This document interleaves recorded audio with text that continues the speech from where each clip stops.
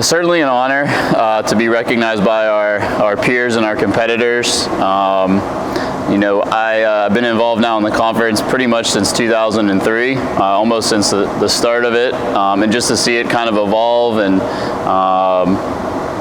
I think to be able to have the expectations maybe to repeat on the women's side and get back on top for the men, certainly exciting.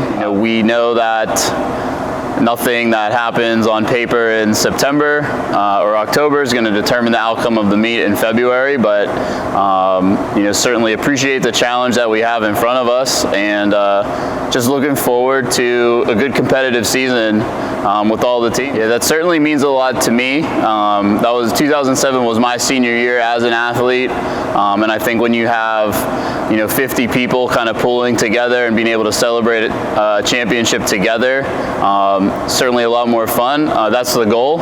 That's what we kind of preach every day at practice. We know we're not going to be good if it's swimmers and divers and freshmen and seniors and backstrokers and breaststrokers and men and women separate. It's going to take contributions from every member of the team. And what each member's role on the team is, that's another thing we talk a lot about, and it's just kind of cliche, but do your job. And I think we saw that a bit last year with our women's team. Nobody did anything that they weren't supposed to do, and it added up to a great team victory. I'm excited for the men to get the opportunity to bounce back. We have not been in this position in the last 5 years, coming in second. So again, while it's an honor to be recognized as number one, I don't see it that way, and I don't think our men see it that way. Hulk Hogan used to have a saying, to be the best, you got to beat the best. And that's Grove City right now. And I look forward to the challenge of competing against them. I mean, Coach Fritz and I think, talk about it every year. I think our teams do bring the best out of each other.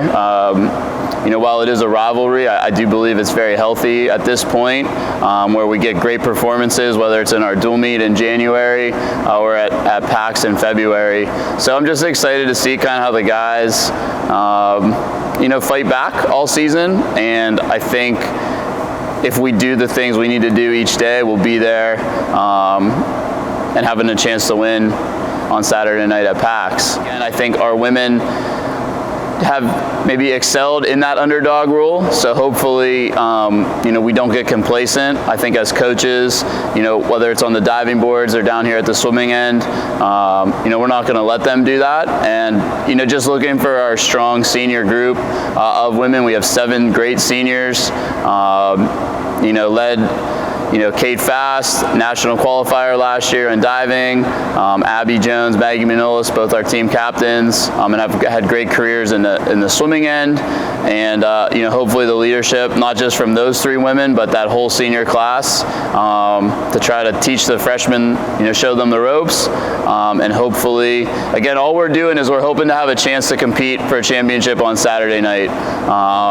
Last year the atmosphere in that meet at that last session was just tremendous, and I think as any coach in any sport, all you can do is hope for a chance to win at the end, and that's what we're going to do, and that's how we've been kind of training, just having a chance to win that 400 free relay at the end of the meet. So. 1, 2, 3, go Titans!